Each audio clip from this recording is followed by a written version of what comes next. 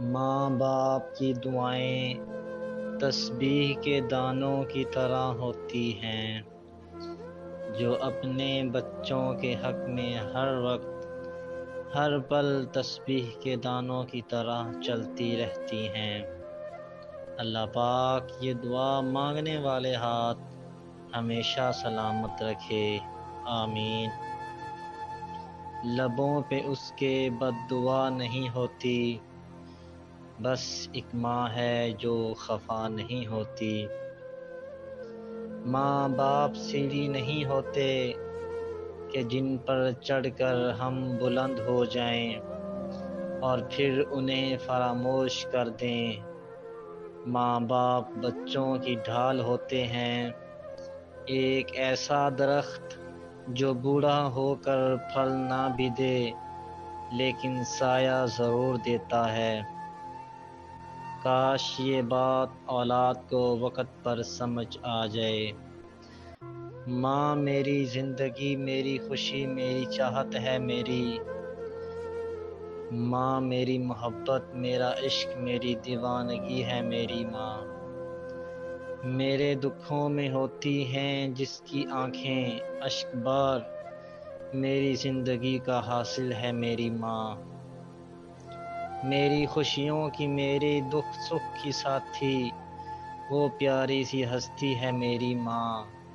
میری کامیابیوں میں، میری منزلوں کی طالب، ہر پل دعائیں مانگتی جو میرے واسطے ہے میری ماں۔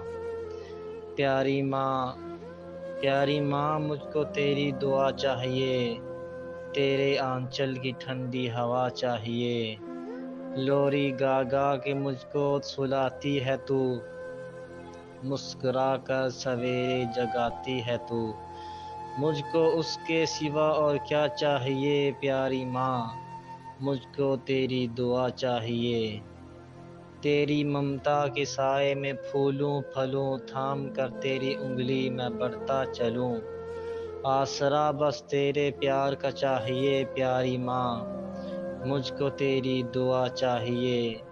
تیری خدمت سے دنیا میں عزت مربی، تیرے قدموں کے نیچے ہے جنت میری ماں۔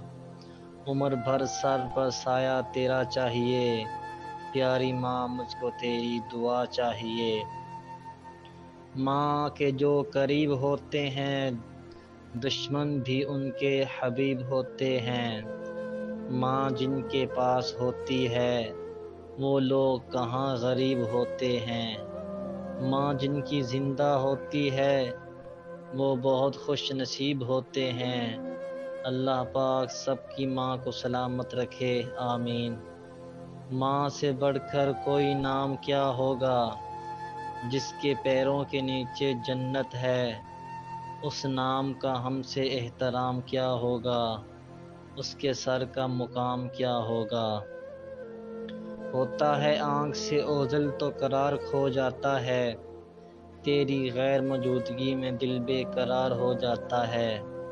تیری جدائی کا سوچوں بھی تو آنکھ بھر آتی ہے، دل روتا ہے اور آنسوؤں کی لڑی بن جاتی ہے۔ مت بھلا دینا صاحب مجھے کسی دلہن کے لیے، نہ اجاڑ دینا میرا چمن کسی کے چمن کے لیے۔ خدا جب بھی کسی چیز کو واضح کرنا چاہتا ہے تو وہ انتہائی خوبصورت تشبیہات کا استعمال کرتا ہے۔ قرآن کریم میں جنت و جہنم، عذاب و ثواب، ہر شے کو مثال دے کر واضح کیا گیا ہے، مگر جب بات آتی ہے بنی انسان سے محبت واضح کرنے کی، وہ فوراً کہتا ہے میں شرماؤں سے، میں 70 ماؤں سے زیادہ محبت کرنے والا ہوں۔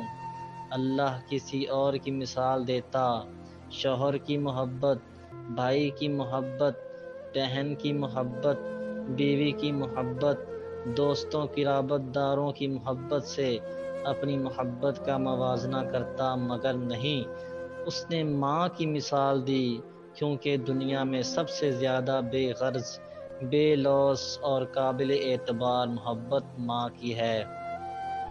والدین کی قدر کیجیے۔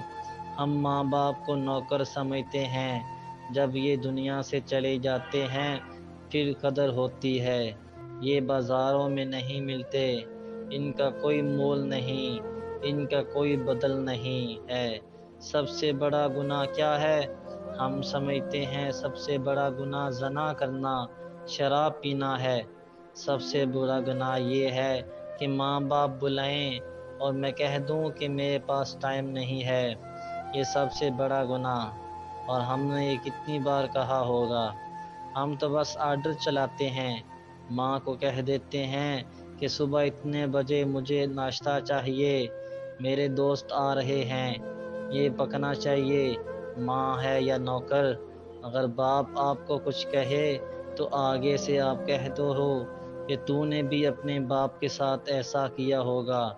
گھروں میں خرابیاں اسی لیے آتی ہیں کہ تربیت نہیں ہے۔ ہمارے گھروں میں بے برکتیں اسی لیے ہے کہ ہم نے اپنے ماں باپ کی قدر بھلا دی ہے۔ اپنے والدین کی قدر کیجئے، یہ اگر چلے جائیں تو یہ دوبارہ نہیں ملتے ہیں۔